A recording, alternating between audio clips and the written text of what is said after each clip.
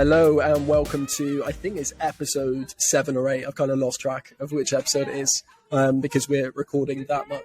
No, right. I'm joking. It's only once a week, but I think it's episode 7 or 8. But no, so this week we're going to be talking about CS, and I'll sort of leave that CS open to interpretation until we get into it for that exact reason, because I think there's a lot of misconceptions, a lot of misnomers about what CS actually means in the world of SaaS or product or service-based companies.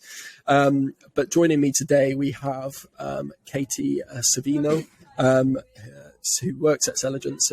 But aside from that, I will let her introduce herself. So over to you, Katie. Great. So I've been in CS my entire career. I actually started at a company called Meltwater. About 7 years ago, I started in CS in a business analyst position, so essentially a role supporting the CS organization out in DC. And then I worked my way up, basically took on my own portfolio, started managing my own clients that subscribed to Meltwater, pretty similar product to Selligence, a media monitoring type company. Worked my way up, went into a manager role, took over as the director over in DC, managing our clients, moved to London a couple years ago, managed the team in London, and then I moved over to Selligence about half a year ago to take over the CS team here. So how many years is it that you've been in the UK? 2 years in the UK. Well, coming up on 2 years in February. So this is your second winter in the UK. Yeah, a bit brutal for sure. I say that because you've got your Christmas jumper on. It's apparently National Christmas Jumper Day. I didn't get the memo clearly, but oh no, no, mine was actually delivered to H&M today, so I've got to go and pick it up. But, wear it tonight. Yeah, maybe only a day late. But we're going to talk about CS. So do you want to just give us a little bit of an introduction as to what CS is in your mind, and perhaps some of the other versions of it? Yeah, absolutely. I think CS can mean a lot of different things at a lot of different organizations, and it obviously depends on what support your clients need, right? What you cover under CS. But I also think when I speak to someone in sales, for example, and I say I work in CS, I think there's certain connotations tied to that. I think customer support is something that a lot of people think of. So responding to clients, being reactive to clients' requests about the platform, about issues. I think in working in CS for 7 years, you come to realize that's really not what customer success is. Customer success is really the proactive work. It's really more of a sales role than anything. It's convincing people year after year to stick with your platform, to continue to invest in the platform, to invest more in the platform. So that's really what CS means to me, or that's what I tell my team. That's our goal at the end of the day. It's to make sure our clients are seeing value, and then really it's to get them to keep investing in our product. And then on the flip side, I guess other companies maybe perhaps more B2C focused. CS would be customer support, wouldn't it? Where it's purely, I have an issue, I need your help. Bit of a help center. You're not really responsible for the client or the client life cycle. You're getting a random request, pop up on your screen. You're answering it. You're doing the best you can. But yeah, you're not developing a relationship. You're not building value over a set period of time. You're not making sure the platform fits their goals. It's definitely a bit more reactive. And we do have that a lot within a larger CS org, right? You need to have tech support. Sometimes you need an implementation team, and that's important as well. But customer success and people who go into customer success or want to be in customer success, there's the sales side that really matters in order to succeed, I think. And ultimately, if we really boil it down, like you said, CS, if you're able to coach, teach, work with the client, then ultimately that's going to be better for the business, right? CS sits in the middle of the product and I guess your outbound activities. So your marketing, your sales guys going out saying our product's great, and then the product team saying our product's great, and then in the middle you've got the users of the product.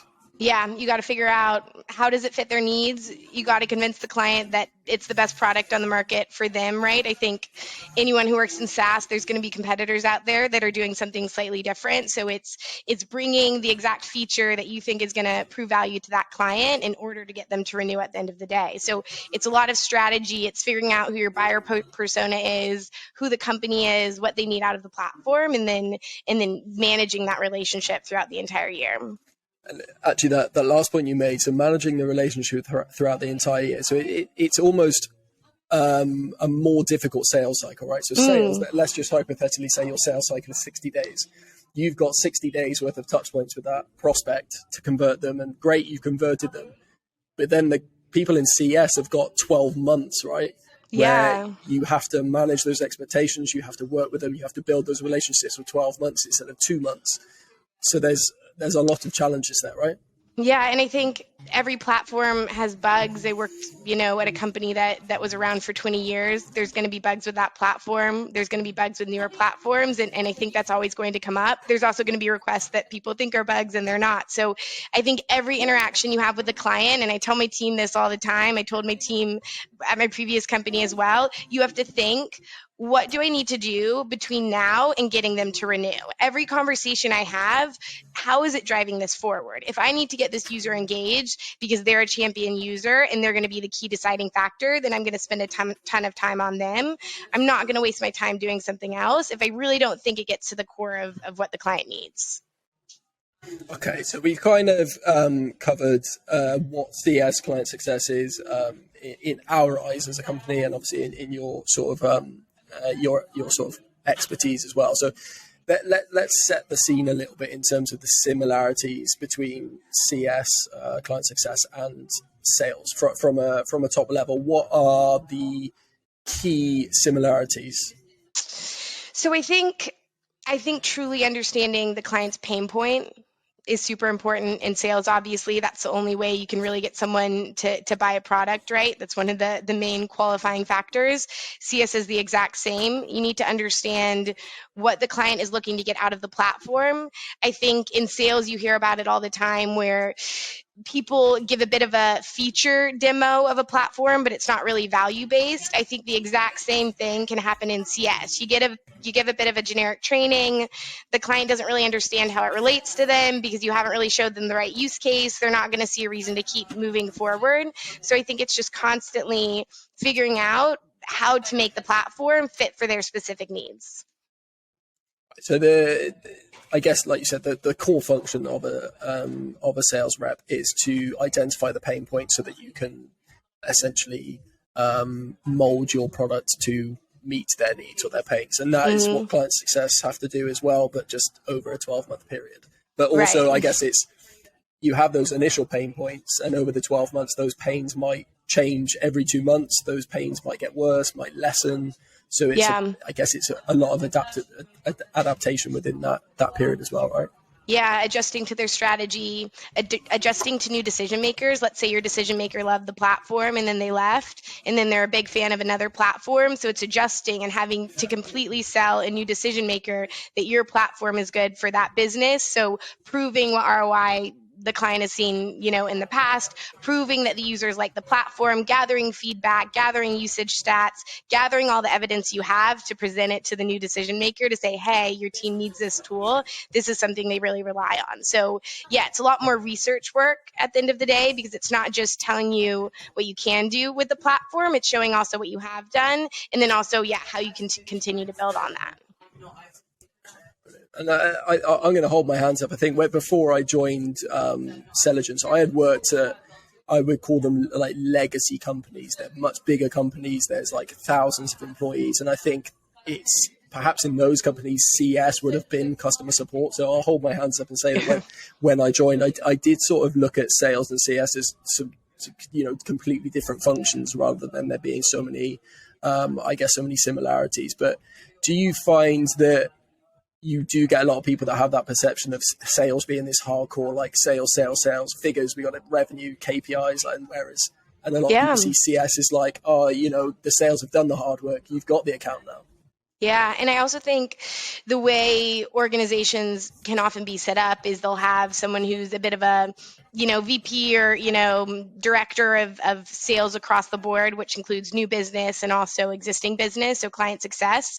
And I think even when it comes to hiring, I think there's a bit of a misconception about what makes a good CS rep and what makes a good new business rep. And I think in speaking to those people, you just hear what they think makes a good CS rep. They're like friendly, funny and nice and responsive and organized. And yeah, a lot of those things are important, but then you hear them talking about what they're looking for in a sales rep, and it's strategic and it's really understanding people, and it's all these things that actually are just as important in a CS rep. And I think sometimes I've even had experiences where we've interviewed someone and they've said, you know what, no, they're not going to cut it in sales. I think they could do CS though. And I'm like, no, what are you talking about? CS is almost so much harder. We have to renew clients, we have to upsell clients, we have to talk to them every day, we have to deal with their issues. I think it takes a lot more to be really truly successful in CS, or maybe not more, but it definitely requires a lot of skills that I think are sometimes overlooked for a CS rep. Well, definitely patience, right? So I think it's potentially a lot of guys that are in like core sales, let's call it, or CA, you know, that top of funnel sales functions might not have the most patience in the world. Whereas I guess that those that work in client success have to have a lot of patience, right? Patience, and I guess also empathy a bit. I mean, you do have your targets, so at the end of the day, you're doing everything in order to hit your targets. But yeah, you have to have patience. You have to really care about the client and what they're trying to get out of the platform, I think, in order to do your best work, or else it might end up being a bit more surface level. And you mentioned there that the hiring for the two teams is more similar, but in terms of based on your experience, what is the optimal reporting structure or team structure in terms of CS, CA? Who do they report to? Should they be separate? What is, in your eyes, what is the ideal? Yeah, I think I've seen it done both ways. And I do think it makes sense for new business and CS to have a really close relationships, right? Because you have to make sure that the sales team are selling the right type of clients that are going to be succeeding in the platform. So they can't be entirely separate, right? But I think if someone oversees them, I think the most successful person would be someone who's worked in both CS and new business, just so that they've seen what it takes to succeed at either one of those, so that they understand our KPIs, things like gross churn and net churn and all these things that you just don't even come up against when you're in new business. So I think it makes sense to have a close relationship. Certainly we're dealing with revenue at the end of the day, but I think some sort of separation and someone who understands both is important as well. Because one of the things you mentioned there is ultimately that revenue attribution or revenue retention. So it is in the best interest, right, for the sales guys to hit the ICP and get the better quality clients that then go through to CS, so that they've got a better chance of revenue retention. So the teams have to be on the same page. Yeah. Well, and another thing we talk a lot about here at Selligence, and I talked about at my old job as well, there's this idea of, should someone who sells a client, should they stick with them throughout the customer journey in case they want to upgrade in the future, so that you have an even bigger incentive to make sure that you're bringing on the right clients, you're keeping them happy, you're held accountable for what you said during the sales process, you're joining key meetings, like business reviews, onboarding conversations, so that you have even more buy-in to keep the client happy. Brilliant. So we've sort of touched on the key, I guess, identifiers of CS, the key differences key similarities between CS and sales. But in terms of the key differences and things that perhaps you would look for in a CS professional over and above a sales professional, or just in departmental structural differences, what are the key differences that you see? I do think organization for a CS rep maybe is a bit more important. I think for a sales rep, you certainly need to have those qualities, but I think there's tools to help with that now. I think in CS, you're managing an entire portfolio of cases. So you have, let's say, anywhere from 50 to 100 to sometimes more than that on an annual basis. And you need to manage their renewals as they come up. You need to think about things like early renewals. You're dealing with requests coming in. So I think organization and prioritization, so the ability to say, okay, I have 1 million things I could do in a given day. I need to prioritize X, Y, and Z to make sure I'm touching on all these different areas so that I'm proactively working on my portfolio. I think that's probably one of the things CS people need to be quite good at. Okay, and you mentioned that how many months is it that you've been at Selligence now? 5, 6, something like that. 5 or 6 months. So you have sort of come into the business to, I guess, build from the ground up kind of that CS function. So paint us a bit of a picture in that first 5 or 6 months. What if you're a company that doesn't have a dedicated CS function, what needs to happen? What needs to take place in those initial 5 or 6 months? Yeah, so I mean, you need a way to track, the health of your clients. That's one of the most important things. So how are they using the platform? When are they most likely seeing success, so that you can really, identify red flags or key indicators that might mean that they're not seeing value in the subscription. And then you need a way to track revenue and track future forecasts, so you can understand, what revenue you're planning to bring in as a CS organization moving forward. I think those were kind of the two focus areas. And then everything in between, obviously, is teaching CS reps how to have certain conversations. How do you best onboard a client so that they adopt the product within the first 30 or sometimes 60 days? There's account reviews or business reviews. So making sure that you're touching base with the clients at key points to pivot if needed, check in, confirm they're seeing value. So there's a lot you need to do, but yeah, I'd say health scores, understanding how clients are using it, revenue tracking, future forecasts, and then upskilling the CS team to carry the client journey from onboarding all the way through. And again, like we sort of said at the start, what we're sort of chatting about is the similarities between CS and sales, or the fact that client success is a form of sales. So within that, I guess, average customer life cycle, what are the sort of integral parts of that life cycle where sales really does come into it, over and above that nurturing of the account? I think it can come in so many points. So let's even start at the onboarding period. I think a lot of times there's a decision maker who signs a contract. They like the platform, they're sold, they were in all the demos with the AE, so they decided to purchase it.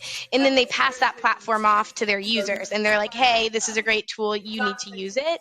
And so right from that moment on the onboarding and the initial training, these users haven't seen it before, so you need to sell them on why it's going to be easier or make their job easier to use the platform. Or else, I think a lot of people, there's lots of tools on the market right now. There's lots of new, platforms that you're integrating on the day-to-day.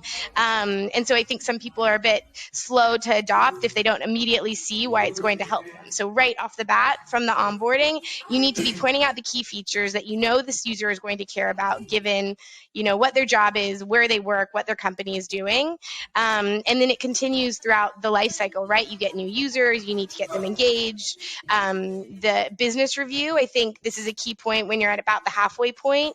You need to make sure you're selling your clients constantly on the vision of your company, right? I think tech platforms are, making changes every month most of the time, right? They're going to have competitors reaching out to them saying, hey, my company's better, my platform's better. Your DM might be taking demos with these other tools. So you constantly need to be reminding them, here's where our platform's going, here's why your users need the platform. So I think almost every single conversation you need to think about, am I convincing, these users, these DMs, that this is the right tool for them? Now, because you sort of said the onboarding and then the halfway point, but how often do the CS team or the CS guys typically interact with customers? So you've got 12 months of it. Are we talking potentially every day, depending on the account? What is it? So it depends on the size of the account, how many users are in the account, that type of thing. We'd like for our reps to be speaking to our clients at least once every 30 days. That's a bit of a standard KPI. And that could be a training call. It could be a strategy call to talk about areas that we've noticed there's low usage or high usage, or where our recommendations are. It could be walking through new product features. But all of those conversations up to a certain point, it's to basically make sure adoption is at the highest. And then at a certain point, you can also pivot the conversation if there's potential. You have another tool that you offer as part of your platform. You could also look to talk about upsell. So that's upgrading accounts, integrating new users to the platform, launching new features, that type of thing. No, we were having a conversation the other day, and there was something that you mentioned. I think it was recurring revenue is the most stable form of revenue. Mm-hmm. So it's in the best interest of companies, product service providers to invest in client success.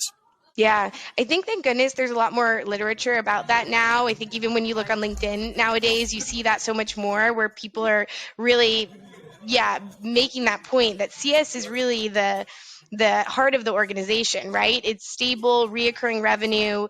It's clients that like using the platform, the potential to grow from there. It's not a cold call. It's not a cold outreach. It's really the most stable form of revenue, and it's often a really big portion of a SaaS platform's revenue. New business is super important as well, but I think, it's really important to highlight how much the company typically relies on the reoccurring revenue of the CS team.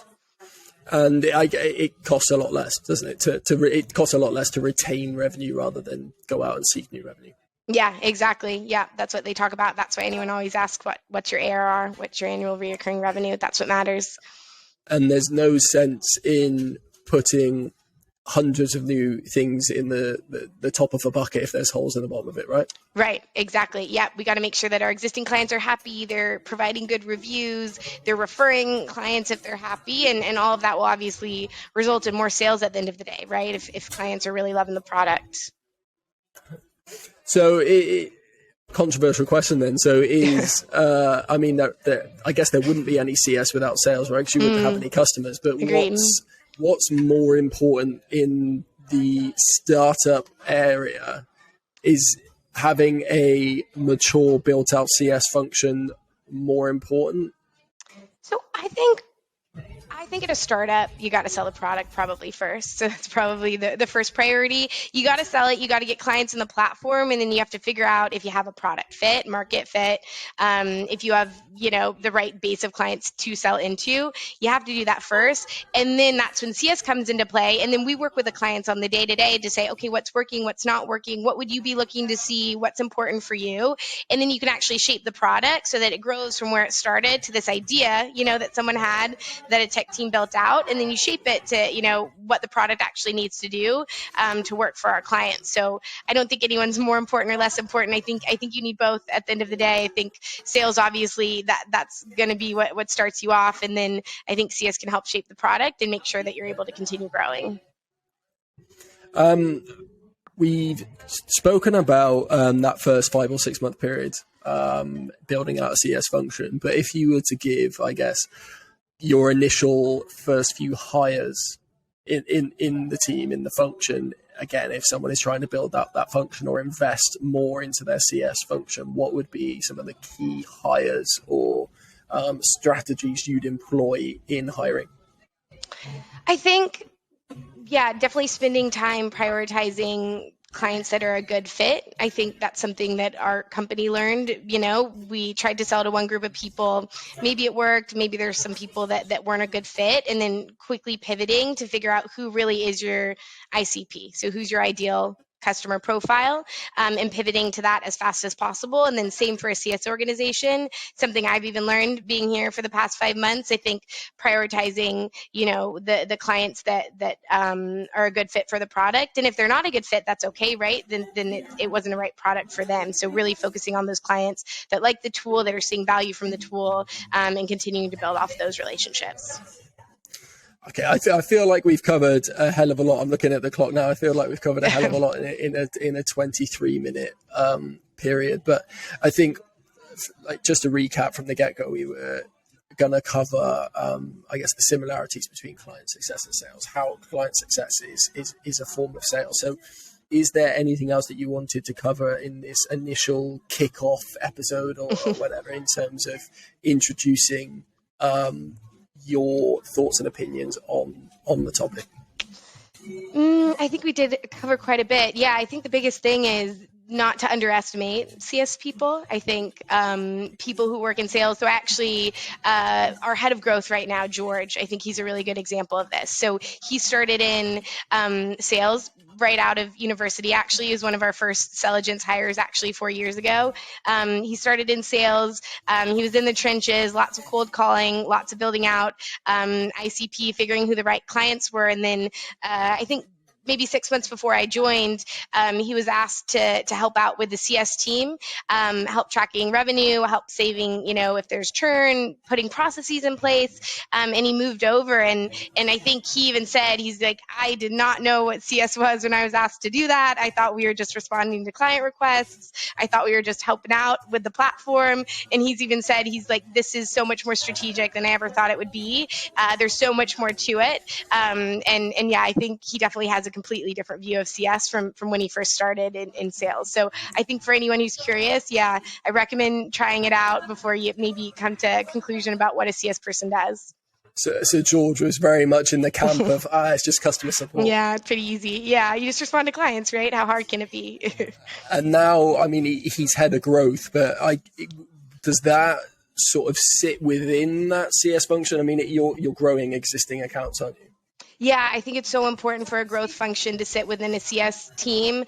I think it really works to have that relationship where, the CS rep is the one supporting the account, helping where needed, coming up with strategies, new ways to use the platform, recommendations, and then growth can come in if there's any potential to expand and help out on the sales side of things as well. So it works to have two people working side by side, but yeah, absolutely needs to sit within CS so that you have a standardized message or conversations with your client. The worst would be if you're a client and you're having 7 different people reach out to you from different angles where it feels like they don't really understand who you are as a business. Okay, so this is a bit of an on-the-spot question to finish, but if you were going to make a prediction for the client success market function ecosystem in 2023, what have you seen coming in the latter stages of 2022 that you think is going to rear its head in 2023? I mean, so I feel like what everyone's talking about now is, product-led growth, which is making sure that as you grow, it's really based on customer feedback. I think, to be honest with you, I think it's a lot of talk in a lot of situations saying, yep, we're product-led, but not actually implementing it. I'm hoping we're going to take one step further where it's really going to be based on customer feedback. I think there's definitely organizations doing this right now really well. I think there's a lot of organizations that still aren't.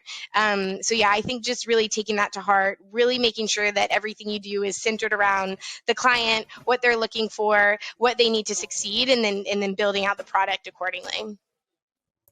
Brilliant. All right, I'm gonna make note of that, and then we're gonna check back in 6 months. Yeah, but no. So just a really quick wrap up to end there. So it's just really a top level chat about how client success is essentially sales, and there are many similarities between the two, far less differences, and there's almost like dispelling that misnomer of the fact that CS isn't customer support, it's client success, and it's in a way more difficult than sales. I'm feeling difficult. Yeah, I'm feeling so no one gets upset.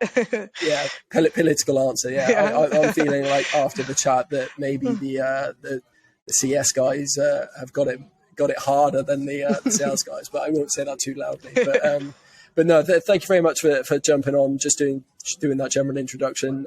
We've already had a chat about doing more episodes about client success and the similarities between client success and sales and some of the tactics and traits and things like that. So no, thank you very much for jumping on.